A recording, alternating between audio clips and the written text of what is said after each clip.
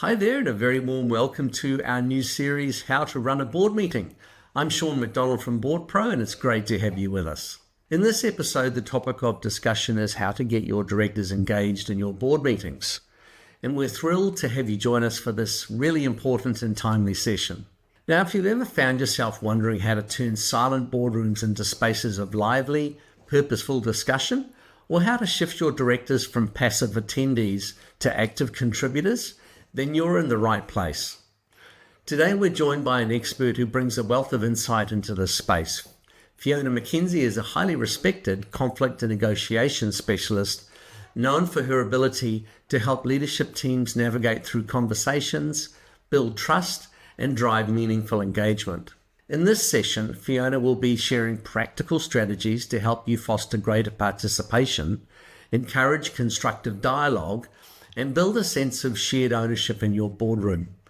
Whether you're leading a board, managing one, or participating as a director yourself, you'll walk away with actionable ideas to create more dynamic, collaborative, and effective governance.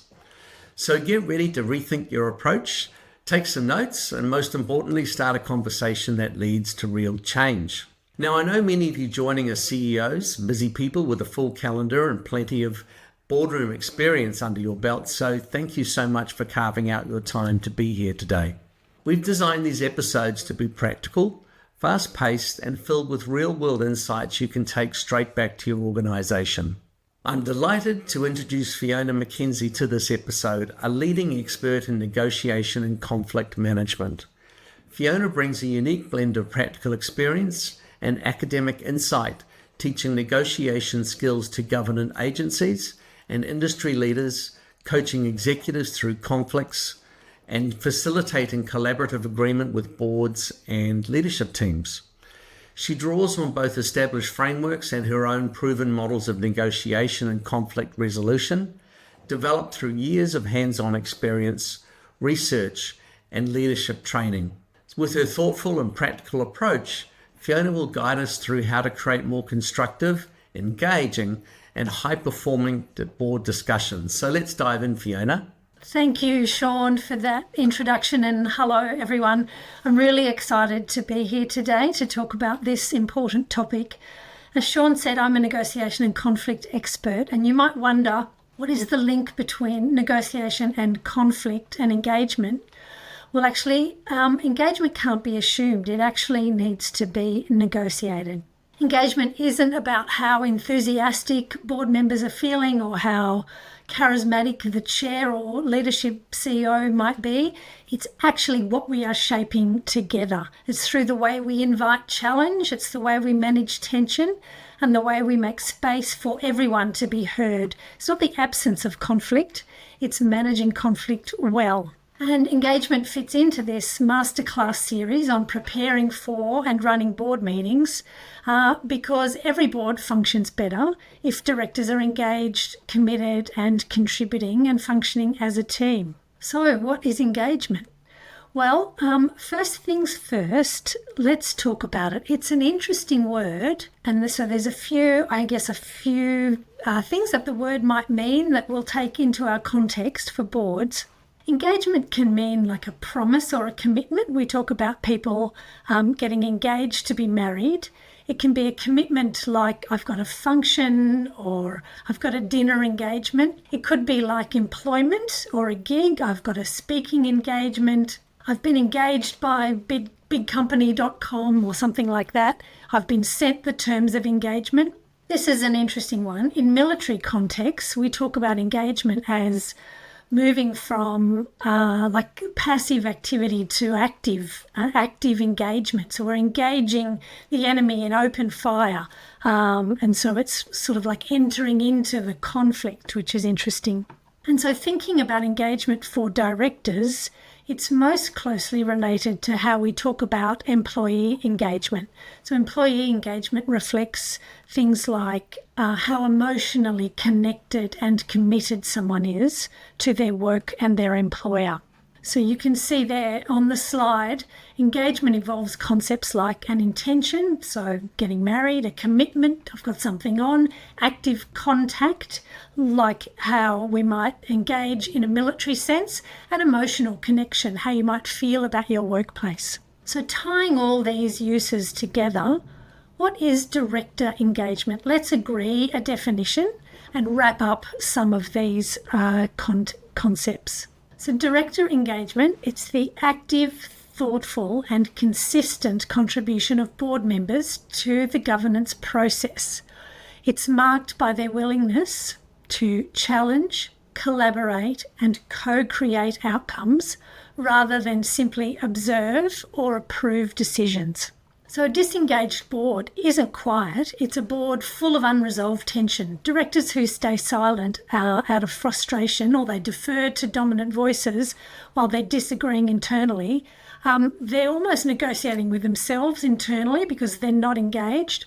Silence does not equal consent and it does not equal engagement, and that's important to remember. So imagine walking into your board meetings and every director's face lights up at the agenda. And it's not because they love meetings, it's because they feel essential to what's about to unfold. So they feel safe to disagree. They know that tension will produce better discussions and better results. So why does engagement matter? Well, a disengaged board is sort of like a fire crew that has shown up to the fire, they've shown up to the blaze, and instead of fighting it, they're just standing around watching. Good governance demands intervention. Attendance without action doesn't stop the fire. So if we think about that definition again, director engagement is the active, thoughtful and consistent contribution of board members to the governance process. And it's marked by their willingness to challenge, collaborate and co-create outcomes rather than observe or just approve decisions. So director engagement is apparent when directors are preparing meaningfully for meetings, when they speak openly and listen actively, when they offer critical thought, not just compliance, when they share ownership of risks and results. So really, engagement is when directors are, they're acting as partners in the governance. They're not just passengers, and consequently decisions are better, transparency is improved and alignment is stronger. So what causes a director to lose engagement? What things stop them becoming from fully engaged? In my opinion, there are broadly three forces or factors at work. There's subjective factors, so they're the personal things, the things going on for an individual director. There are structural factors, that's how the board operates, the board mechanics in a sense, and then strategic factors, so the broader focus and alignment of the board. And I've got this model here on the slide that you can see, so let's dive into it. Let's have a look at the subjective factors and what types of factors, subjective factors, might cause disengagement. Well, first off, there's the lack of personal alignment. Directors become disengaged if they forget why they joined the board in the first place. Sometimes they forget why they initially wanted to serve, why their voice matters. Sometimes they might experience conflicted loyalties. They might be torn between different roles that come about in their personal life experience. I know for me, having my third child meant I had to sign off from a lot of personal activities. So things like that in a person's life can affect their personal alignment. Sometimes directors join boards for personal interest reasons like experience or getting something on their CV. And that is all absolutely fine. I don't have a problem with that at all, as long as there is also personal alignment between the individual's values and the interests of the organisation. And if there isn't alignment, you'll be hard-pressed to keep that director engaged. Overwhelm and fatigue is another cause of disengagement. Sometimes, especially for new directors, the overwhelm is real. The papers are enormous, the acronyms are many, there's too much information, too little clarity for a new director. Sometimes life stress or overload outside the boardroom drains a director's energy inside it. And actually, particularly for younger or less experienced directors, There's also imposter syndrome, feeling unqualified or not qualified enough to contribute. And so joining the board and feeling like you aren't expert enough to be there, that can cause disengagement. And then disillusionment. Well, it's a fact that some directors over time become disillusioned. Perhaps promises were made to them about roles they might get to try, about things they could experience. Sometimes the reality of board work is just really different to what their expectations were. Sometimes they thought they'd have more impact on something they care about, and the reality is really different. So if we now look at the structural factors and how they might contribute to disengagement, these are the board mechanics that can help or hinder. So the first one there is low psychological safety. Psychological safety is the belief that you won't be punished or humiliated for speaking up with ideas or questions or concerns. And if a director feels judgment or ridicule, that means there's low psychological safety. If they feel that challenging ideas or admitting uncertainty is risky, no psychological safety. And so if this fear of being wrong or judged keeps them silent, they will disengage. Why would you speak up if there's that risk? And related to this is when directors feel like they're outside the sort of group of the real decision makers, when there's cliques or inner circles or politics. Psychological safety is created or destroyed by how the board operates, how conflict is handled, and disengagement happens in a hurry if this is what directors experience. We've then got role confusion. So if you don't know what's expected of you strategically or operationally, you're going to disengage pretty quickly. I have seen boards where role confusion has been a sneaky saboteur of engagement. It doesn't cause that really destructive conflict that we don't want, but it really can create withdrawal when people are confused about the role that they're supposed to be playing. It blurs responsibility. People don't know what their job is, so they just sit back in their very unmarked lane, not knowing which direction to swim in. Role confusion makes accountability fuzzy as well. To be engaged, people need to know how their role connects to outcomes. Without clarity, engagement feels risky. And then the last one there are poor meeting processes. This is a really big one. This is about agendas and sharing. If agendas focus on status updates and they don't allow real conflicts to surface, there's no meaningful dialogue. And poor chairing, oh my goodness, if the chair allows a few directors to dominate the space and take all the air out of the room, then eventually everyone else will become quiet. Poor meeting processes like opaque decision making can impact engagement. If key decisions happen outside the room or they're rubber stamped without debate, then people feel like it's pointless being there. Expectations for preparation is another really big one. If it's tolerated, if the culture tolerates people showing up, not having done the work and read the papers, then the people who are trying to do the right thing will really get turned off. Patrick Lencioni is well known for a book called The 5 Dysfunctions of a Team. Lencioni says that a lack of healthy conflict is a problem. So if opinions aren't aired in passionate and open debate, team members rarely, if ever, buy in and commit to the decisions. So that's the challenge of poor meeting processes. So let's move on to strategic factors. The first one there is misaligned priorities and focus. So as a general rule, directors have joined boards because they want to feel effective and they want to feel relevant and they want to contribute. So a quick way to destroy that is to have a lack of clarity on what your strategic priorities are. If board discussions are only tactical, putting out the little fires instead of big strategic ones, looking at the really big issue, misalignment of focus drives people away. And look again, agendas. If random updates swamp the really critical, I call them good fights, the good fights we need to have, and strategic priorities, people lose interest. It's the same with decision bottlenecks. If boards are constantly going round and round or things are getting stuck in committees, all that delaying of action will drain the momentum. Strategic drift.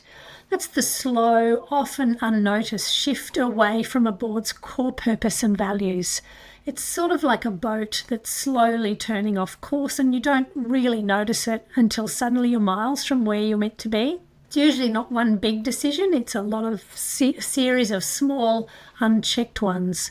And strategic drift can also be when the focus shifts from the big picture into the operational weeds. Now, I know I've mixed my metaphors there from sailing to gardening, but you get what I mean. So when this happens, when we go from focus on the big picture to focusing on the weeds or missteering our boat, you are going to lose people.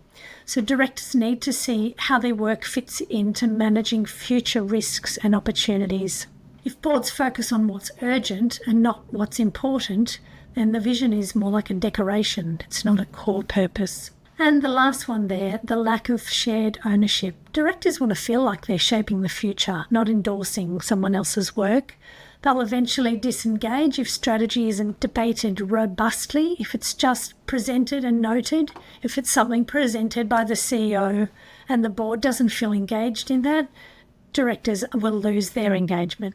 So let's look at engagement. We've looked at what causes disengagement. What do we want to think about in terms of engagement? Well, I think we want to think about how we get it in the first place, how we guard it. So once you've got it, how do you keep it? And how do we grow it? How do we drive it further? We want to set that up so that subjective, structural and strategic forces work for engagement and not against it. So let's dive in and have a look at this in terms of subjective factors. So to get engagement, what really matters is connecting to personal purpose. Now, this is all about recruiting well from the outset. Understand why the role matters to a potential director and what's at stake for them. If they're joining the board for career advances or some personal goal, that's fine, but draw that out at the outset. Make sure there's no mismatch in purpose. Understand any conflicts they might experience. Now, I'm not talking about conflicts of interest, but personal circumstances that might impact their alignment with the board's objectives. So in short, get to know them when you're recruiting them, just to gauge that likely alignment. That's how you're going to get that alignment from the outset. To guard it, you want to watch for burnout. It happens to all of us at different times. Overwhelm, fatigue, burnout. It can happen to us all. Leaders on board, CEOs, chairs, more experienced directors. We are the ones that should be watching for that. As leaders, you want to be watching for that in your teams. So I would suggest you consider implementing a mentoring process for newer directors. That's going to help them firstly with their imposter syndrome, but it also gives you a chance to touch in with them, to check in on the overwhelm, and it gives them an opportunity to ask the dumb questions that they mightn't feel brave enough to ask in front of the whole board. Another option is to do a well-being check at the start of each meeting, just to go around. I've seen this done just between a 1 and 10, how are you? Or what happened on the way here that's impacting how I feel. It really normalises struggles, and it recognises that actually people's energy levels do fluctuate. So that's a way to guard against burnout and fatigue and overwhelm. Another approach is to make sure that you're touching base with directors between meetings. It helps you stay current on what's going on, but you're also building rapport and you're also checking in on energy. And this is a plug for learning negotiation skills, especially for chairs. Good negotiators are really aware of body language and subtle changes in the well-being of the other party. Good negotiators listen better, and they have the ability to look for interests that people might be expressing when they're only expressing their position in public. More on that later. But with skills like that on the board, you're going to pick up on burnout and overwhelm earlier. Negotiators are also really good at building rapport. And so I'd encourage you to think about things that build rapport on your board, maybe pre-meeting lunches or dinners or social activities. And the better that you know your people, the earlier you're going to see those signs of burnout. And then to grow engagement, you want to be nurturing leadership identity. So look for ways to give individual directors experiences in roles that interest them. Make sure any promises that you've made them about roles or experiences are kept. Recognise the contributions people are made. People want to feel seen. If you just point out the small things in recognition of people, that will help with their engagement, and look for opportunities to help them grow their leadership skills.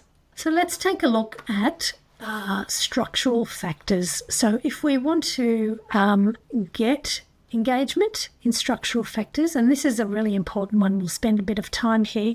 This is about designing meetings for collaboration. At the heart of collaborative leadership is the inclusion of diverse perspectives.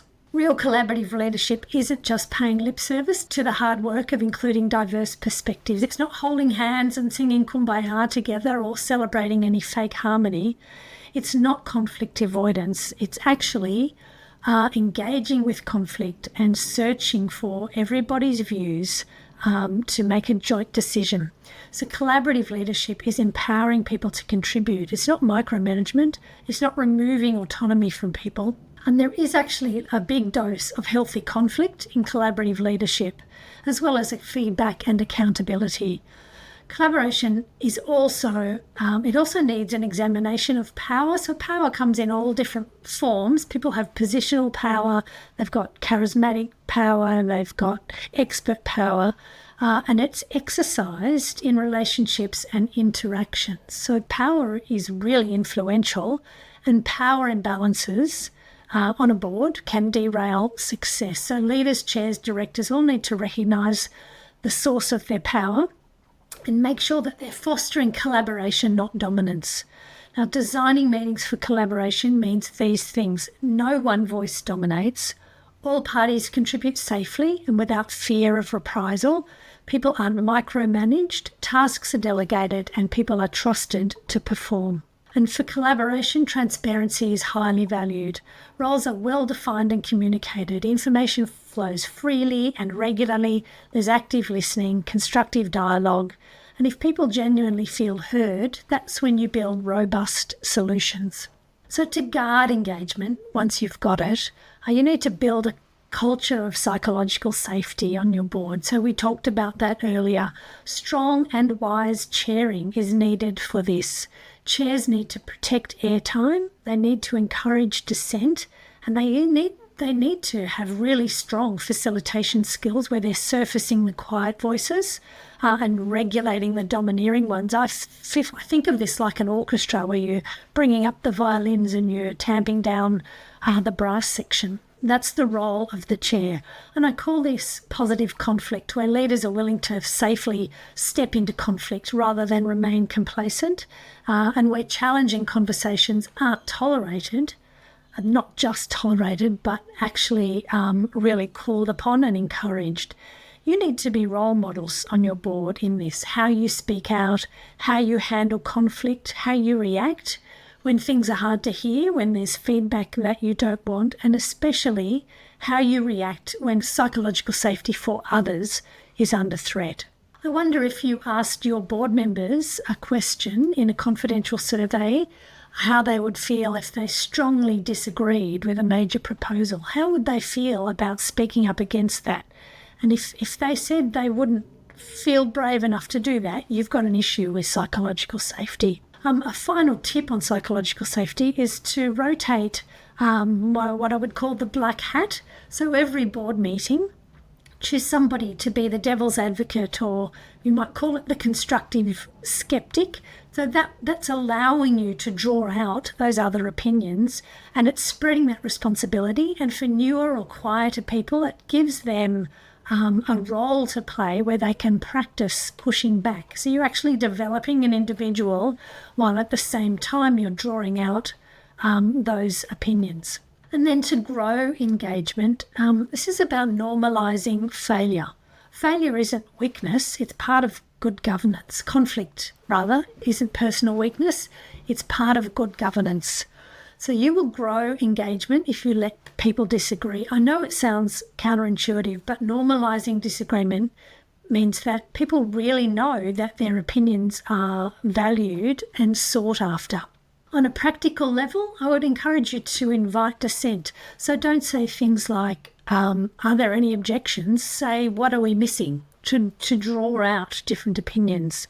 Silence means consent, and you want better than that. You actually want to understand all the opinions in the room. That's why they're there. You want to be modelling curiosity. When people express an opinion that you don't agree with, don't jump to defending your own. Ask them to unpack it a bit further. You never know what gold lies there. When disagreement is normalised, teams shouldn't move on quickly either. You actually want to, scratch at that a little bit to try and understand why it happened, how you could do better next time. So debrief any discomfort. That got a little heated. Why don't we talk about it? What could we do better next time? Because let's face it, conflict isn't going away. We really should get better at embracing it and get good at it, because we are going to be stuck with it. Okay, let's take a look at get, guard and grow, these strategic factors. So I'm not going to talk about the getting one very much. I'm really sure that Stephen covered this in his session on developing a strategic vision and board agenda. Suffice it to say that you will get engagement if you link agendas and debate to the bigger purpose. If you don't, directors experience meetings as a waste of time. So you want to be asking yourself, why this topic and why now, to constantly reinforce priorities. The next one there is about guarding engagement, and this is keeping the strategy visible. Keeping strategy visible, it's not just about charts and dashboards and vision statements. It's about continuously connecting the directors' roles and decisions to the deeper interests that strategy is meant to serve. I'll just give you a little bit of negotiation terminology. Positions and interests, and positions are what we want. Interests are why we want them. So a position in a board debate might be we should expand into Asia, where the interest is actually we want long-term growth. And sometimes lots of different positions will meet one interest.